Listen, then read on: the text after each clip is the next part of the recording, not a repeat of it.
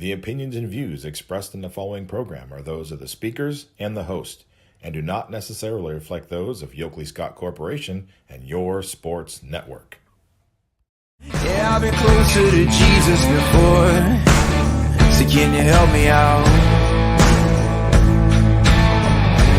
Oh, can you help me out? Am I on my own? Am I on my own? But can you help me out? Am I on my own? Am I on my own? Or can you help me out? Can you help me out? I've been scared to look in my soul.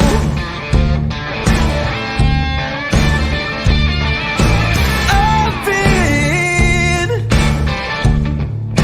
afraid I would follow the road.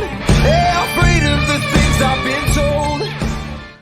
Hello, everybody. Welcome inside a Friday episode of Running Point on ysnlive.com, brought to you by our good friends, top right-hand corner of the screen right there, Greenwood Chevrolet in Austintown. They go the extra mile for you.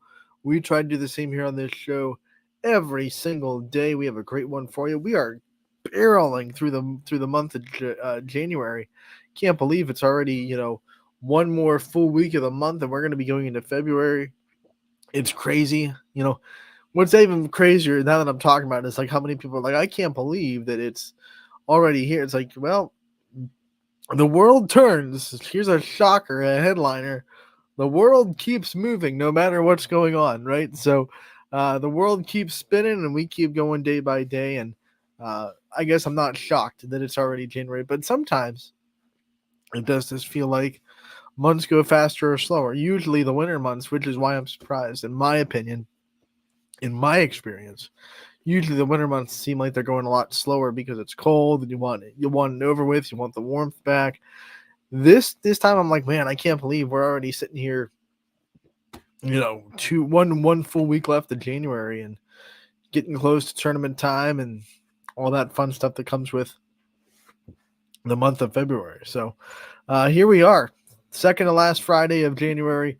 Anthony Hartwig with you as always. We have a great show for you in store. Of course, we are going to recap all the fun stuff that happened last night. We had a handful of really good basketball games last night, and all the really good ones meant something in the MVAC or in the conferences that they were in. So a handful of really good games last night. Some star-studded performances. We'll recap all of that. Not much to preview today because, as you can see, if you look outside your window or if you realize that you didn't have school today, there's a lot of cancellations today. So instead of a preview per se, we'll just go into an update on what games are still on. There are still a couple of green ones on our spreadsheet, a lot of red, a lot of canceled. We'll keep you updated on what games are and aren't going on at the end of the show. We'll also, of course, preview tomorrow because we will also preview the weekend. So I guess we will have a little bit of a preview segment, not as hard and not as heavy as it usually is. But we will dive into Saturday and see what's going on tomorrow in basketball time. So all that's going to be fun. We also have a player profile like we try to do every day with Reagan Edwards from East Liverpool that we're going to be playing for you towards the second half of the show as well. So fun day for you. Buckle up, tighten your chin straps, whatever you have to do to get ready. Here comes Running Point for you. Let's hop into the scoreboard on ysnlive.com, which is brought to you and presented by Burnett Pools, Spas, and Hot Tubs. The YSN scoreboard is a quick and easy tool for you to get live updated scores, whether you're at one of the games or watching one of our broadcasts, or maybe even both. Hopefully both, because that would be a great usage of your time. You don't want to look away from the action for too long, and the YSN scoreboard is a great and easy way to find live updated scores that you don't have to wait until midnight for finals to come in. So you can find it at ysnlive.com/scores, and it is presented by Burnett Pools, Spas, and Hot Tubs. Let's get into the past Thursday, January 18th. Here's what went down on the day. Edison and Beaver Local got together. Beaver Local falls to Edison 62-56, but a big night for Beaver Local as Peyton Roberts secured her 1,000th career point. She needed 6. She got a lot more than 6 in the Beaver Dome, and even though the Wildcats get the win on the day, Beaver Local as a program gets to add another member to the 1,000-point club. Congratulations, Peyton Roberts. We talked to her earlier on this season in a player profile, and she just talked about how much she wanted to be on that wall of 1,000-point scores, and she saw that wall when she was a kid, and she knew instantly that she wanted to put her name on it, and she did that last night. So congratulations to Peyton, and then congratulations to Edison. That's a big win on the road to go into Beaver Local and get a win in such an emotional night. We've talked about it. It is hard to watch your opponent have a moment like that where they're celebrating and they won a milestone, and everyone's kind of feeling the energy of 1,000 points, and then it's hard to bounce back from that and still, go take care of business. It wasn't a runaway by any means. It was one that they had to really secure momentum, and the Wildcats did a good job doing that. Once again, 62-56, the final score there. I was in Brookfield, and I'll tell you what, this was a lot closer than I think people expected. The last time Brookfield played Liberty in Liberty earlier this season, it was a 44-14 win for Brookfield. So you go into this game, you're thinking, okay, Brookfield's just a little bit better than this team. That's at home this time.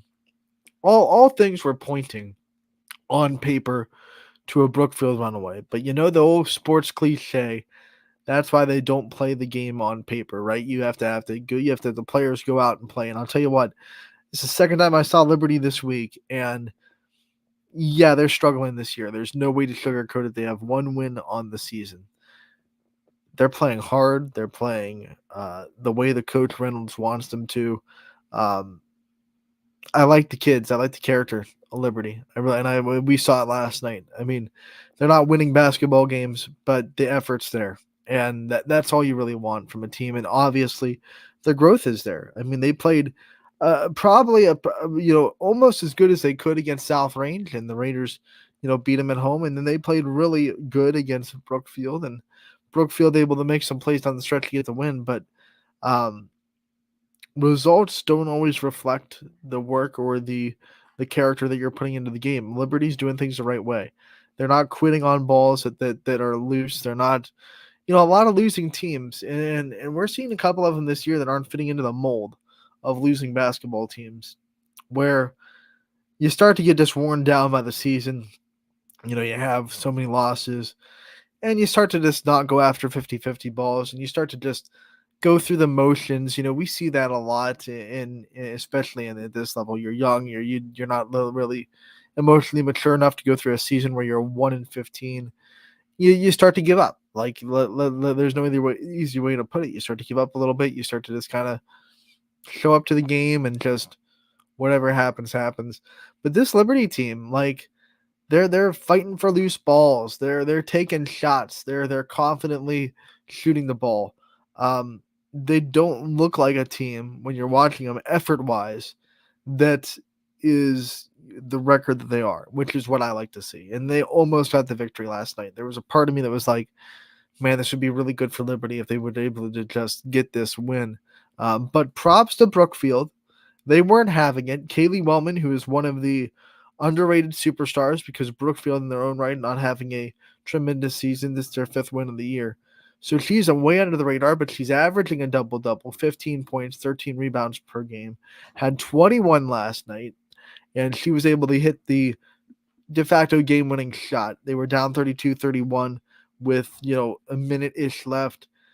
She has a turnaround fadeaway jumper through contact. She was fouled, knocks it down, gets a 3-point play, finishes it at the line. Puts Brookfield up by 2. They eventually won by 4, 36-32 over Liberty with a couple of more free throws down the stretch. But man, these Leopards were so close. They hit 6 threes last night, and they hit 3 threes against South Range on Monday. So on the week, that's 9 3-pointers in 2 games. Mia Parker and Kylie Thomas, they both played really well. They were both in double figures. 11 points for Thomas, 10 for Parker. Mia Benjamin was the next person that in the score tab was 6. So you look at Liberty, you just kind of feel like they're right there. They're probably going to get their results soon. I imagine they might be able to beat some of the other struggling teams in the MVAC. I mean, they still have time to get the results. They were really a very impressive character and work ethic last night.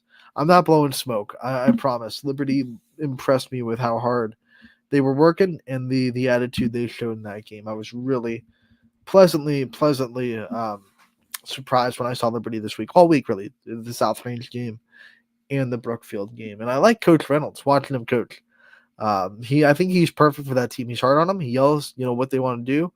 But man, does he celebrate everything? And that's what you need from a program like that. Like, you got to celebrate every little win even when you just execute a play right, and maybe it doesn't end up in a point, right? But you executed right. You were in the right space. You took the right shot. That should be celebrated in this situation for Liberty. And he celebrates every small win. And he corrects them when they need to be corrected. And he's very passionate, very energetic. Pacing the sideline, and he'll scream like, "Hey, you need to get here!" Like, he doesn't take it easy on them. He doesn't sugarcoat things, but at the same time, he realizes that the small victories in this program need to be celebrated, and he did a really good job of that too. So, liked watching him coach, liked watching the attitude from Liberty, and I hope that they see some bright days in the last couple weeks of the season.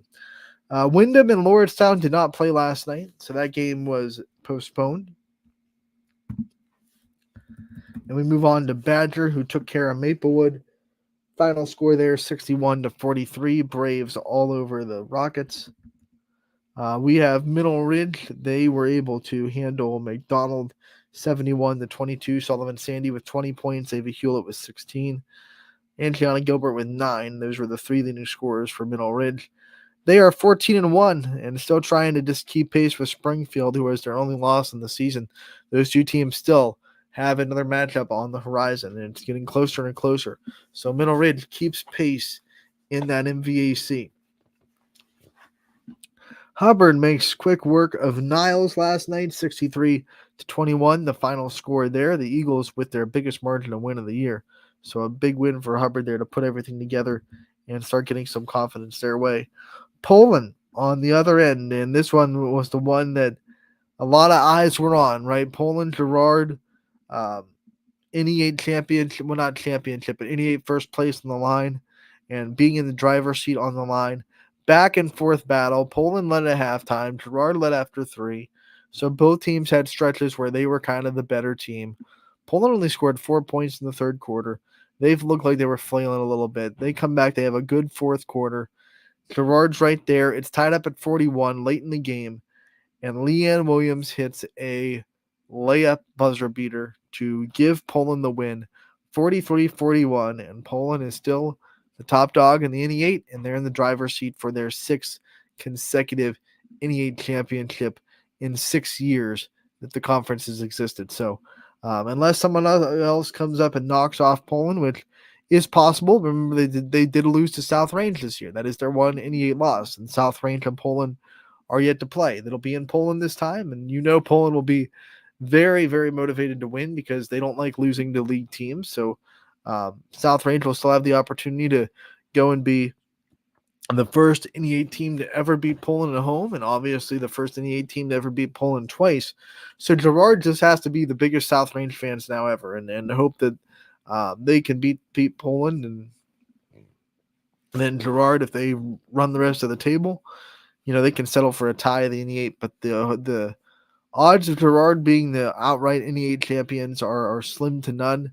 They still have the chance to tie it if Poland slips up against South Range. The other team that honestly had a chance was Struthers. Struthers gave Poland a heck of a fight in the Fieldhouse, in the Poland Fieldhouse, I should say. But they just came up a little bit short. So really, you got to think the way the NE8's trending, you don't want to overlook anybody or give anybody the lack of respect. But just the way the NE8's trending right now, the last hope for Gerard is South Range. South Range can play Poland well. South Range went to the Fieldhouse and fell to Struthers last night, 47-39, the final score there, and it wasn't even that close. I mean, I think Struthers probably took their foot off the gas a little bit in the fourth quarter to make this closer, but this was a 17-point game at halftime, a 16-point game after 3 quarters of play. Struthers has set the tempo early. They ran away with this one.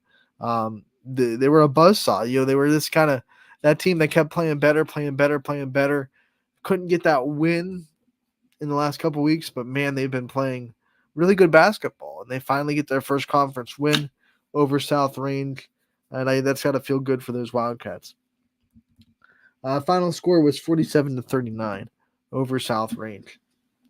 Springfield and Western Reserve play another thriller. The first time these two teams met and went into overtime in the jungle at Springfield. The Tigers won that one, and they win this one narrowly, 40-39 over Western Reserve. A big one for the Tigers. They are still undefeated in the MVAC, 8-0 in the conference, and they will continue to try to make sure that when they play Middle Ridge later on in the season, that the worst thing that could happen is that they tie for the MVAC title. So Tigers are still rocking in the orange and black on the road in Berlin Center. Ty Bartel had a great call for that one. You can find interviews from that game with Jamaica Brungard, Kerrigan Mullen, and John Matese on the article on ysnlive.com. And also, you can find a great photo album on our Smug Mug. Our ace photographer, Gary Leininger, was in attendance for this game. So photos are available to buy from Springfield versus Western Reserve from last night as well. Head over to YSN Smug Mug page for a look at that gallery.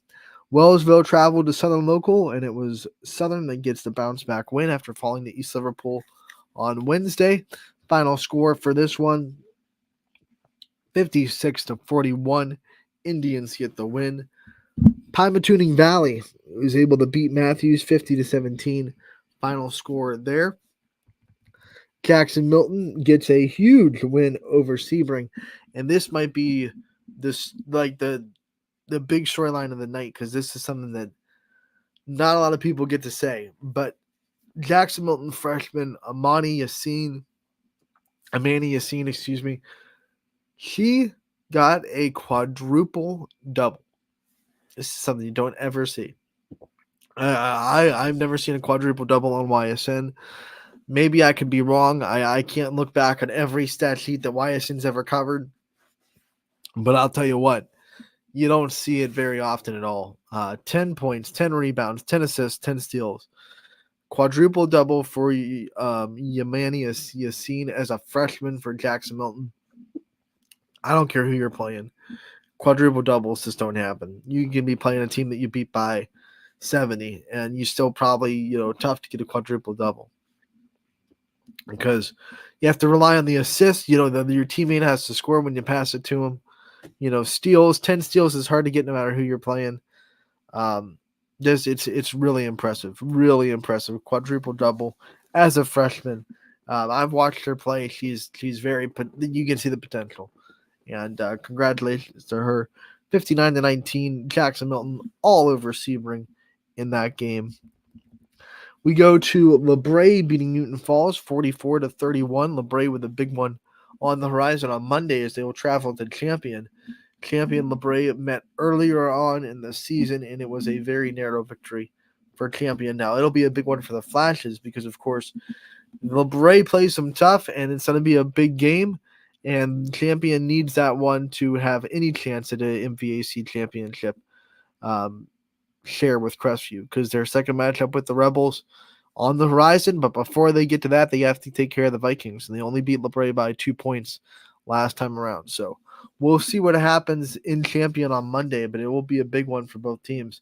LeBray, in between that, has a matchup with Badger tomorrow as well. No, that's next Saturday. I'm sorry. Next Saturday, LeBray and Badger. Not this Saturday. Scratch that. Latonia girls went to United. And United got the win 70-15 as they get out and have a fun time. East Palestine gets the win over Valley Christian 52-17, the final score there. Crestview all over Campbell Memorial 64-13, the final there.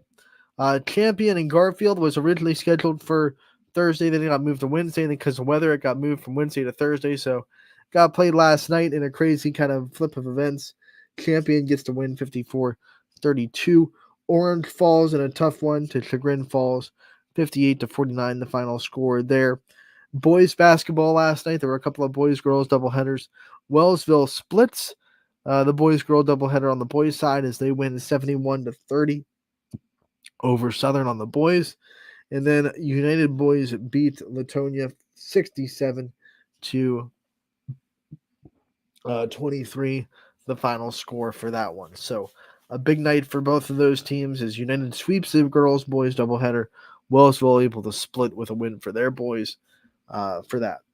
One thing I want to circle back now that we have had all the scores, and we do have a little bit of time because, like I said, we don't have a big preview section to do today. I want to talk about this Poland Girard game, and I watched the last play. I wasn't there in person, so I can't say too much about the X's and O's of the game, but we did see highlights very quickly of that last play. And I want to give Coach Nick Blanche props for a really well-designed inbounds play. And I wish I had the video to bring it up. It just hasn't been able to be uploaded yet with our highlight package. We'll have highlights of this game and the other close ones that went down on last night on our YouTube and our social media pages. So stay tuned for that. But just in the moment is, you had seconds left, and Mary Brandt had a really good game. So 16 points. She had 16 points at this moment.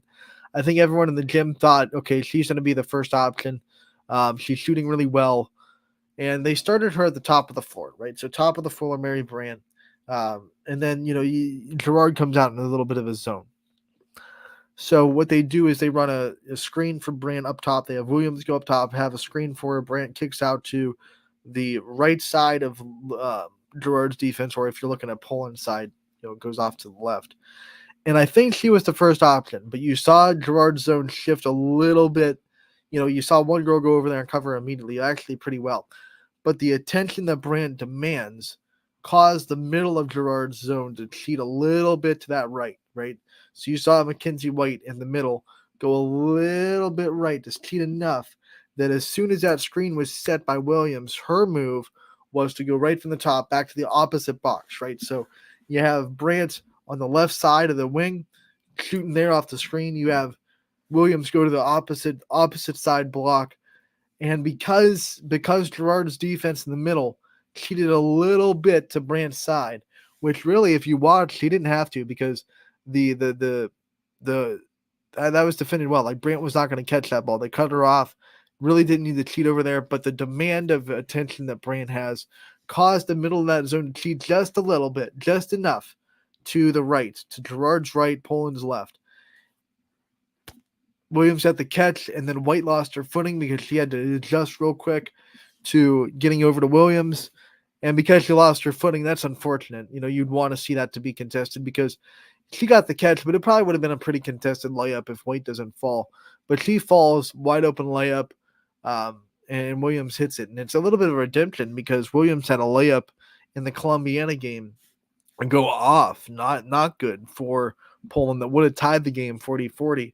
When they were down by 2. So a little bit of a redemption arc for Leanne Williams this time around, and she's able to hit that shot and give Poland the victory. But I thought it was a really, really well-designed and well-executed baseline play by Poland to really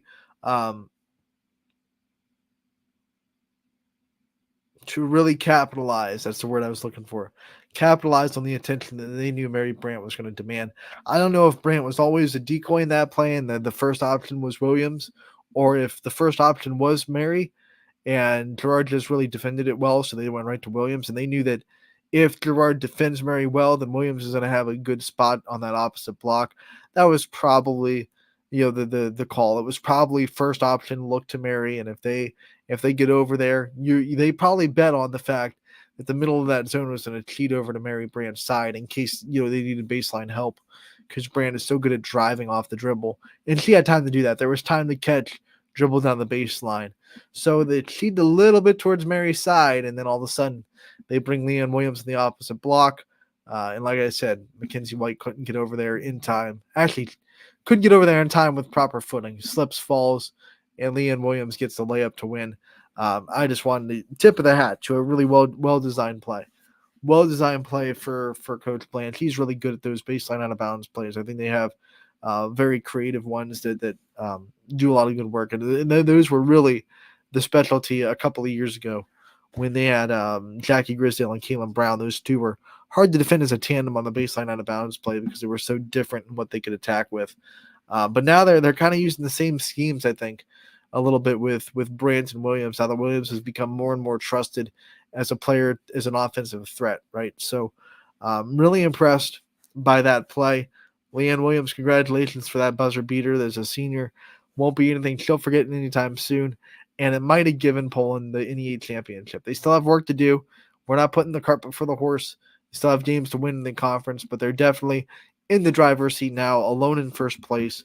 And that's, until you beat the best, they're the best, right? I've said that all the time about Poland, when we were talking about NE8 and previewing the NE8 before the season. Until someone goes and proves that they can beat the Bulldogs out of the conference, they're the favorites. I don't care what the roster looks like. I don't care what they graduate. Until someone proves that they can go to Poland and win, which no one has ever done in the league. No one's ever won at Poland. Until someone doesn't, I don't think the NE8 is going to be lost. I think you have to beat Poland twice, honestly, to beat them out of the NE8. Gerard wouldn't have had to this year, but I feel like more times than not, when you're talking odds and trying to preview the NE8 in years to come, I feel like someone's going to have to beat Poland at home one of these years, and no one's done it yet in 6 years of NE8 play. So, hey, you tip of the hat to the Bulldogs. They're still on top. They're still in first place. And for Gerard, this is tough, right? This is a tough one. I saw them walk off the floor. You know how bad they won. This was an opportunity right there to be the one that knocked off Poland. They played a heck of a game. That's sports, right? You play really well. You have two teams playing well. Comes down to little things here and there, and I'm sure there's a lot of things that Coach Bornabas is going to look at this and be like, hey, we could have done this differently.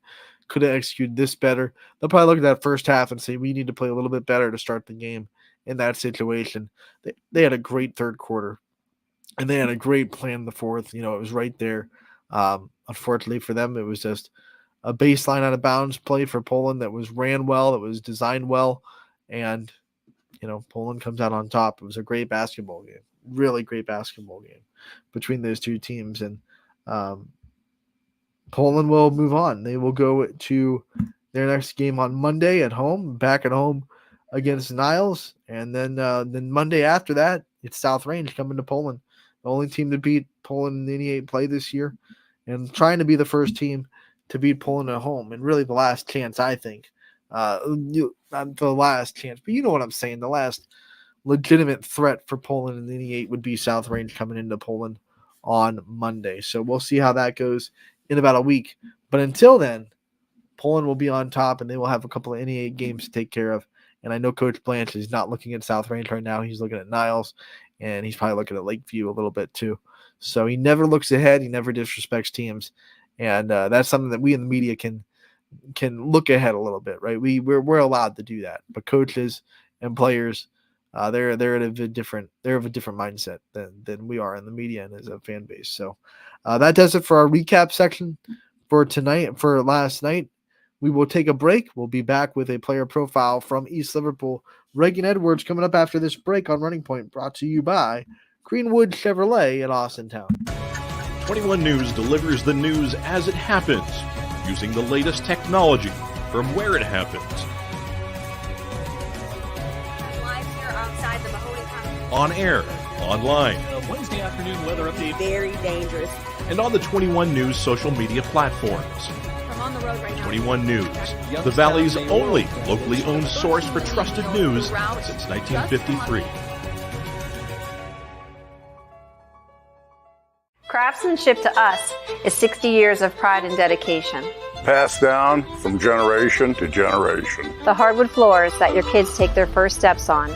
the solid wood doors you quietly close at night. The things we create day in and day out are the products that end up turning your house into a home. At Baird Brothers Fine Hardwoods, uncompromising quality and craftsmanship built our business. And it will keep us moving forward for generations to come.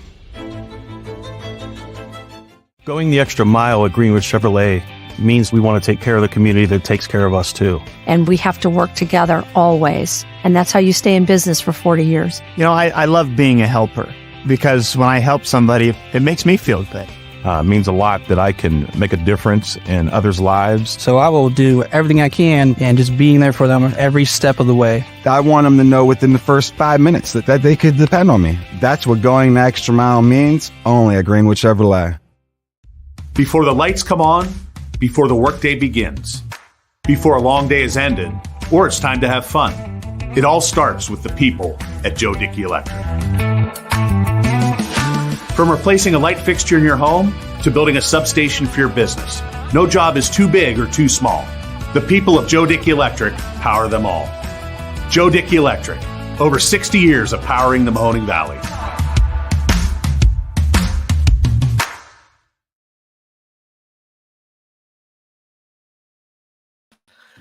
Anthony Hartwig here with an East Liverpool girls basketball player profile. I am joined by junior Reagan Edwards. Reagan, thank you so much for taking the time to join us today.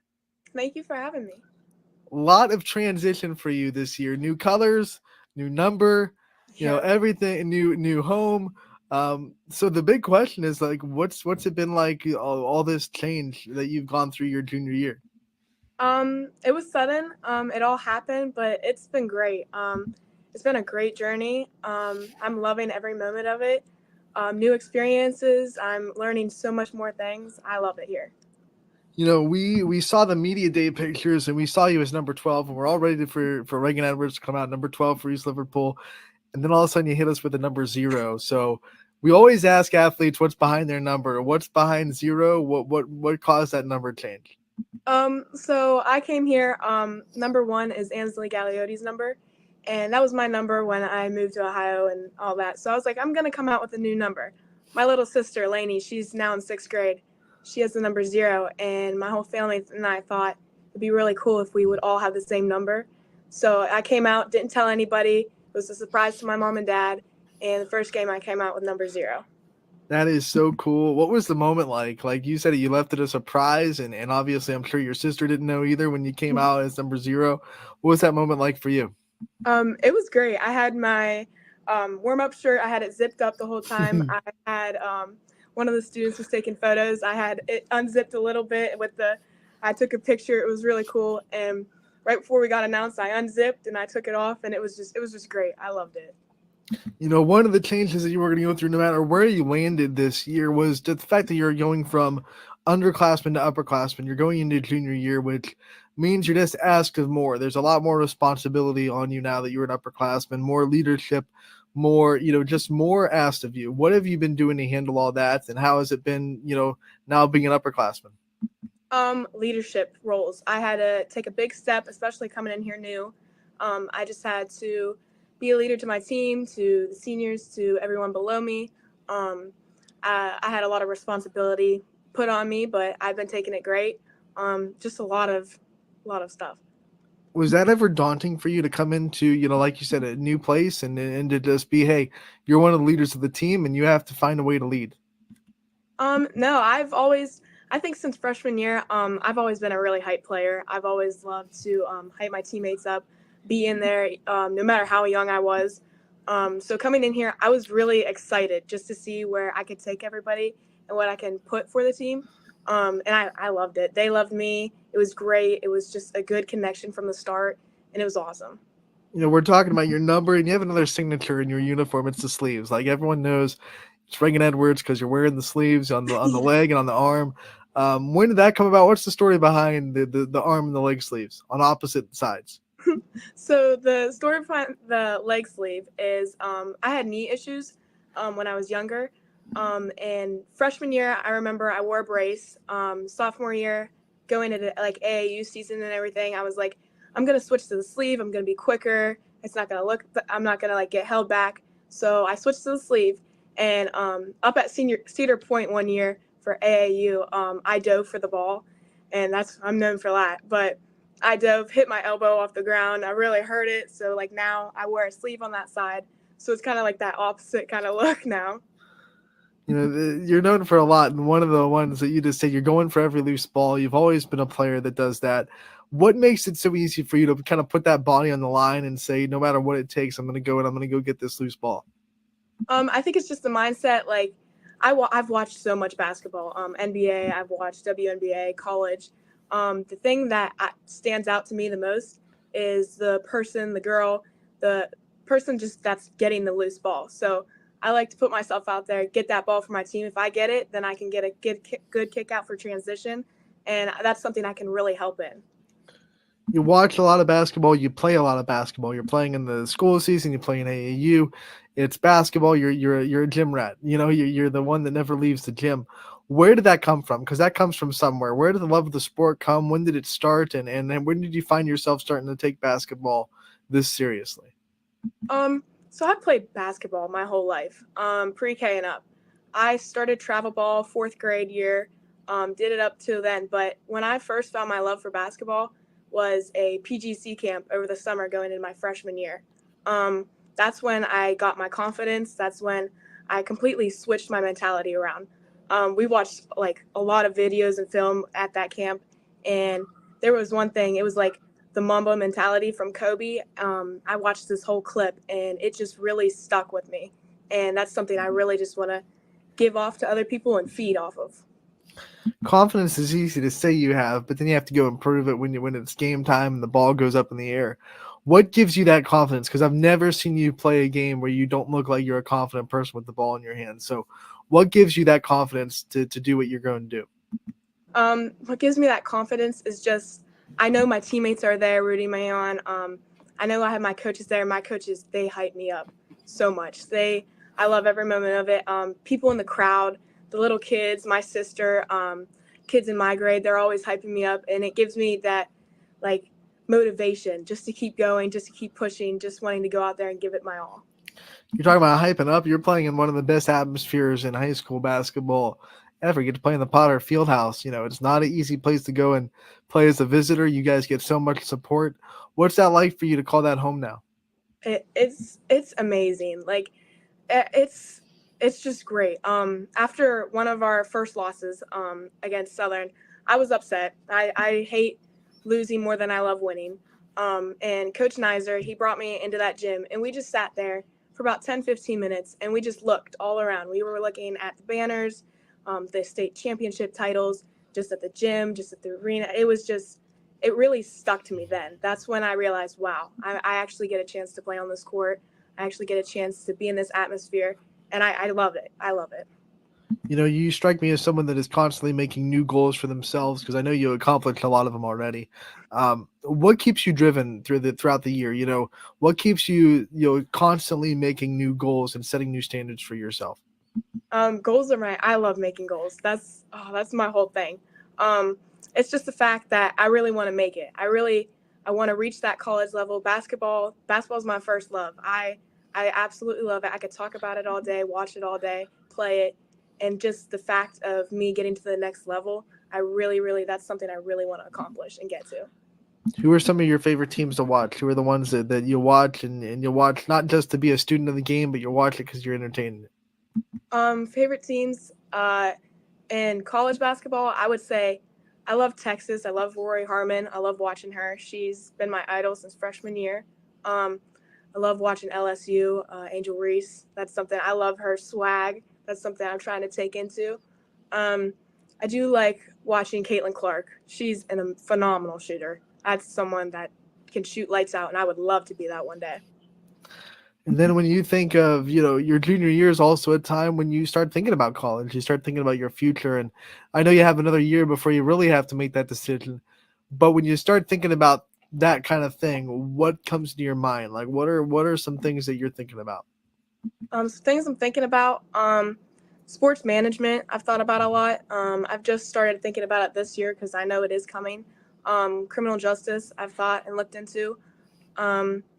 Just a leadership role. that's something that I know I'd be successful in, and I've actually looked into a lot. I know a lot of people probably tell you as a junior, man, these next 2 years are going to go so fast. You're going to be a senior graduated before you know it. So what are you doing to try to also take everything in and try to make sure that you're enjoying the moments and taking every moment for what it is? I'm just really, I'm soaking it all in right now. I can't believe I mean, 2 years ago I was a freshman. This is crazy that I'm in this situation. I take it all in. I go to all these basketball games for the boys. I'm watching them. I'm supporting them. In the classroom, I'm just taking it all in, doing my work. I'm just having fun as a high schooler. You know, we're talking about all the basketball you play. One of the favorite things about, you know, your social media account is every time you post something, like players from all over the area, you know, obviously reply to you, and, you know, you're friends with so many basketball players that don't wear the East Liverpool blue. I'm going to put you on the spot a little bit. Who do you think is your best friend that doesn't wear your same jersey? Wear my same jersey. That's a good question. I think I would say that's a good one. I would say Laverne Gaskins from Crestview. Can't go wrong with that. Yeah, she's been my day one, man. I mean, 6th grade we started AAU, then she came to Crestview with me. She still supported me through my journey, through everything. She's been a D1 supporter for me. When you see so many players from so many different, you know, communities to support your journey, and you know, you know more than most what the basketball community is, what's that mean to you? Man, I love it. I mean, every time I get on a court, I make sure I find a girl or two that I immediately click with. I always tell them right before the game starts, I tell one girl, I'm like, oh, I like your shoes. Those are cool. It's just the respect that's there. I love having respect for players. I love reaching out to them. And it's cool when they reach back out to me. I think it's awesome. And I'm so thankful they're there for me for this journey. Talking about other players' shoes, you got a pretty good kick game going on too. Talk about how much goes into, you know, choosing a shoe for the season. Oh man, I love shoes. That's like, I can buy shoes for days. I think I have 6 pairs of hoop shoes this year. I love getting neon shoes that stick out on the court. When I'm watching film, I'm always looking at my shoes. I'm like, oh look, those stand out. It takes time. I tell you, it takes time to find the right shoe, but I love it. How many do you wear during the course of a season? Do you wear all 6 of those during that course of a season, or is it you stick with one for this year? I like to rotate through. I've got a couple pairs that are like the same brand, so I mismatch. I love mismatched shoes, but I usually try to rotate, wear a couple through practice, a couple through games. I love it. Tell you what, broadcasters love it because you're always easy to spot. You know, Yeah. Girl with the neon shoes right there. That's Reagan. If they can't see the sleeves, I don't know why. I mean, so many things that stand out. I love it. Oh, man. When you think about your journey, and obviously you've been through so much, I'm sure there's a form of adversity that you've already had to face that you've gotten through. Talk about your biggest form of adversity that you've had to face so far in your career and how you got through it. I would say the confidence. Last year and freshman year, I struggled with my confidence level. It took a lot in me. AAU, my coach Bernard Scott, he really brought that out of me, and then coming here, Coach Reed and Coach Nizer really brought that out, and it gave me just a motivation just to want it more. I've never wanted it as bad as I do now. You've been coached by so many people, AAU, your high school, you know, what's that do for you to be able to take the game of basketball from so many different minds and try to be a sponge as much as possible? You take a lot of things. Each coach gives me a good trait to have, a new level to encounter. I've had so many coaches between training, AAU, and then school ball. Like, they've really all impacted me in my mentality, the way I play, the way I handle things. Everyone coaches different. What coaching style do you think you respond to the most? Are you someone that likes a coach to be really tough on you? Or you like someone that's more encouraging? What kind of coach do you really respond to the most, do you think? I think I respond to a coach that's really tough on me. I like the fact that somebody can yell at me because I know they know that I can do better and do more things. I take it in as, man, he really believes in me. I could do this, so I need to go do it. I think that makes me want it more.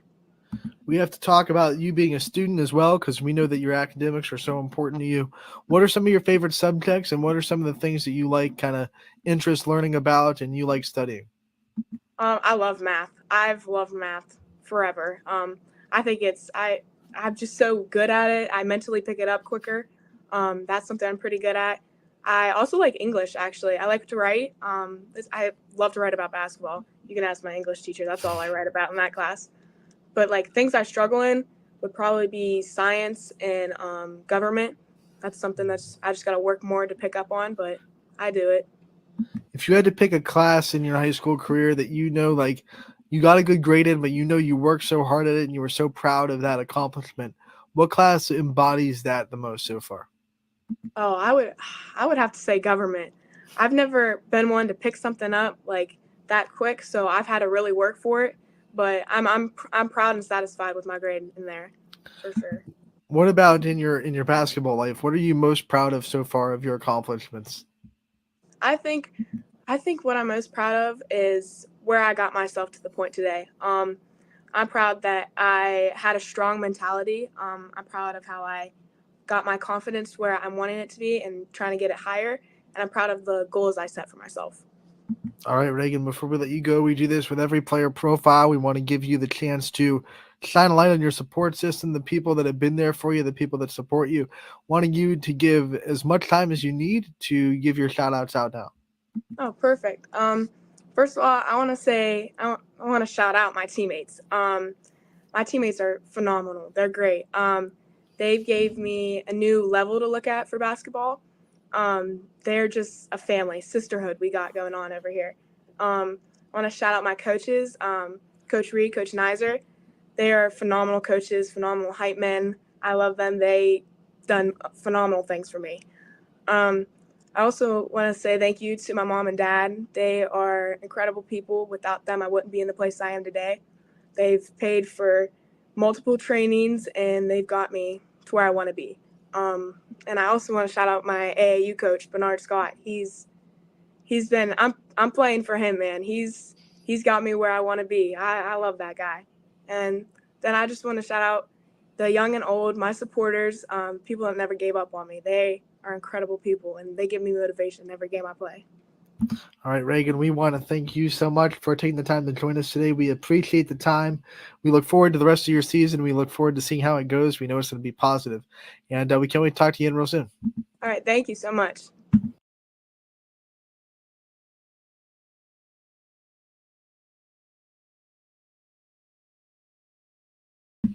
That was Reagan Edwards from East Liverpool joining me a little bit earlier on in the week to talk about her junior season and everything that goes with her journey. I love that conversation.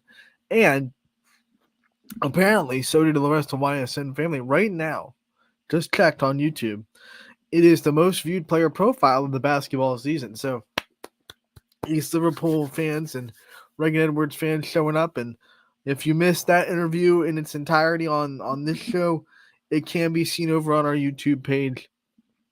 And it has a great write-up on the website as well at ysnlive.com. So make sure to go check that out. And if you're over there on our YouTube, while you're over there, if you want to subscribe to us, that'd be great. And the more subscribers we get, the more people we reach, the more the YouTube algorithm shows love and affection towards us at YSN, right? So subscribers help out a ton. And then also hit that notification bell if you are subscribed, because the YouTube algorithm can be kind of wonky. You don't never want to miss a minute of the video content we put up on YouTube. We put coaches' corners, player profiles, post-game interviews, highlights, and much, much more on our YouTube page.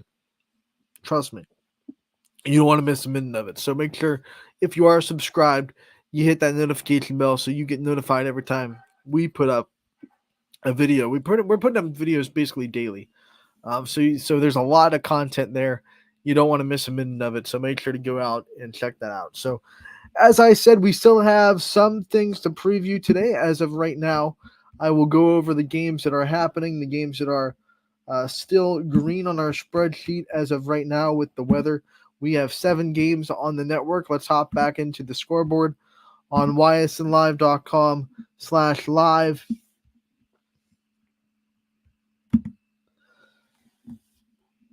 And see what we got right now. There are, like I said, 7 games being broadcasted right now. 9 games total, with a couple of boys doubleheaders still happening as of now. So here we go with the games that are going to be happening tonight. All of them are going to be broadcasted now. We'll have a complete blanket coverage.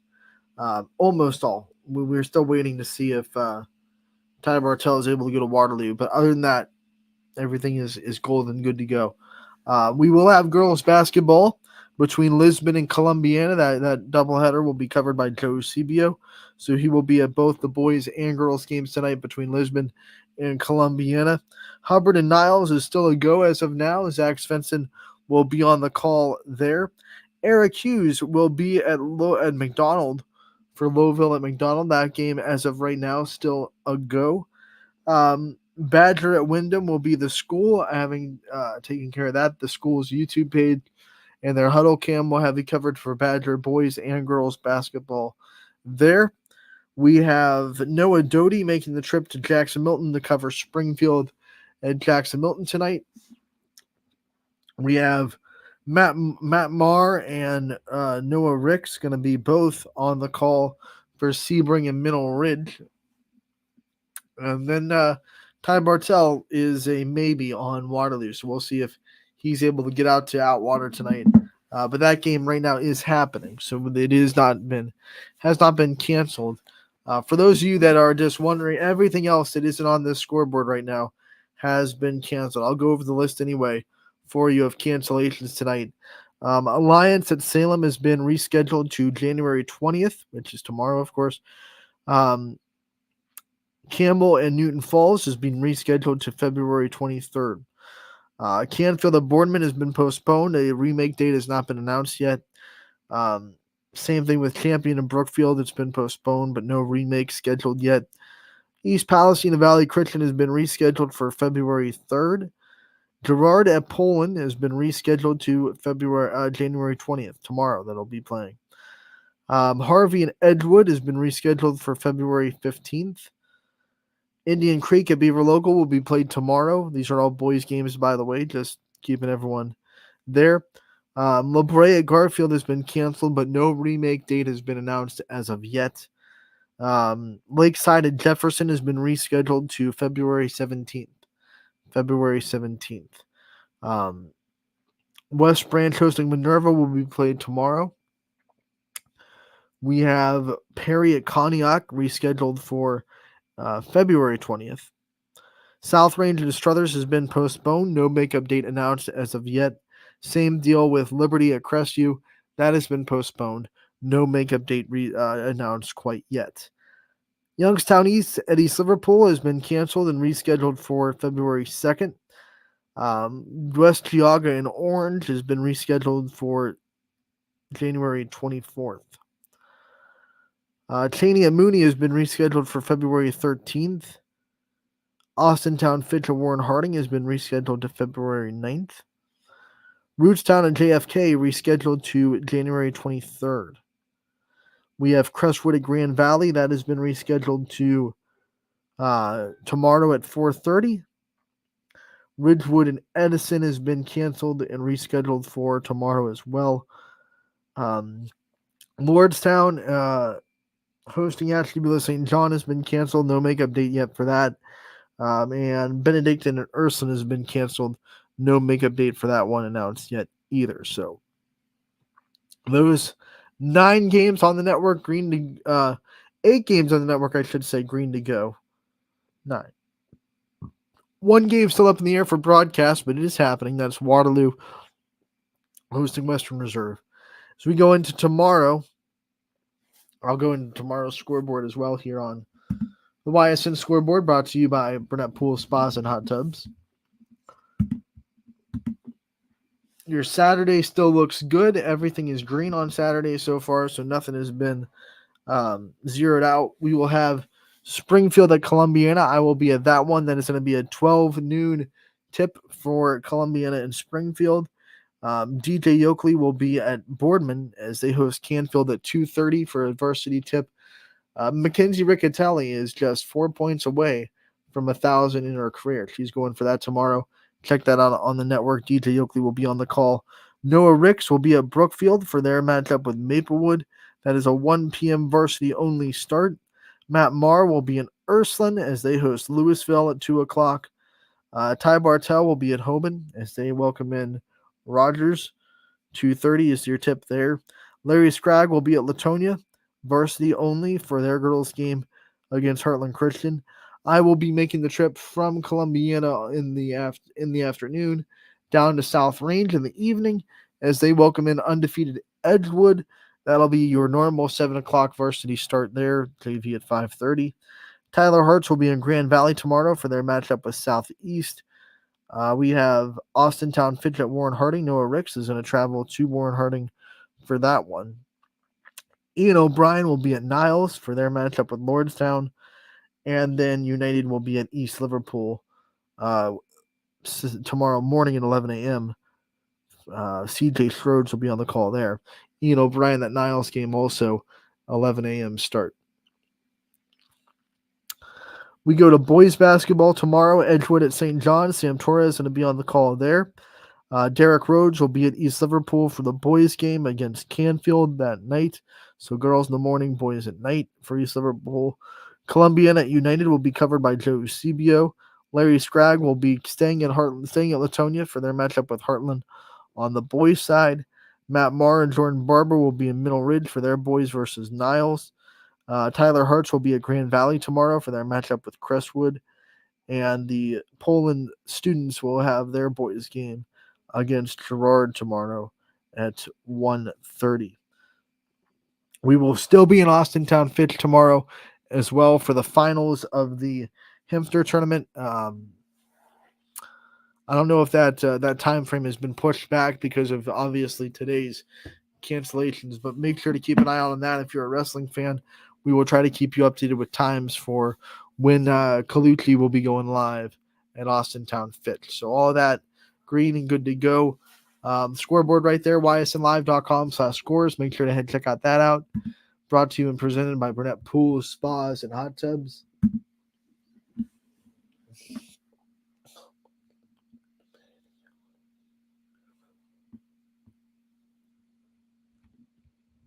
Question from the comments, and a good question. There is no fee. We do not charge for player profiles at all. If you have a player or athlete or anyone that wants to be interviewed, please, by all means, have them reach out to YSN on social media, or they can email me personally, ahartwig01.ysn@gmail.com. So that's ahartwig01.ysn@gmail.com. They can email me there, and we can set up a player profile interview with whoever player you want set up with. There's no charge at all. We do not charge for player profiles. That is not something that we do. We want to highlight as many athletes in the YSN family as possible. So no, there is no fee. There's no charge. It's simply to schedule one with us, and we'll either myself, DJ, someone that has access to our StreamYard, we'll schedule you, and we'll get you covered. So once again, no charge for player profiles. That is a hard pass on that. And also no charge on the games. All the games tonight are free, and they will continue to be free until tournament time. And the only time we pay, the only reason we make you pay for that is because, of course, that HSA makes us pay to broadcast. So for Anthony Hartwig, that was Running Point today, and we will see you after the weekend on Monday from 1 to 2. Thank you so much for tuning in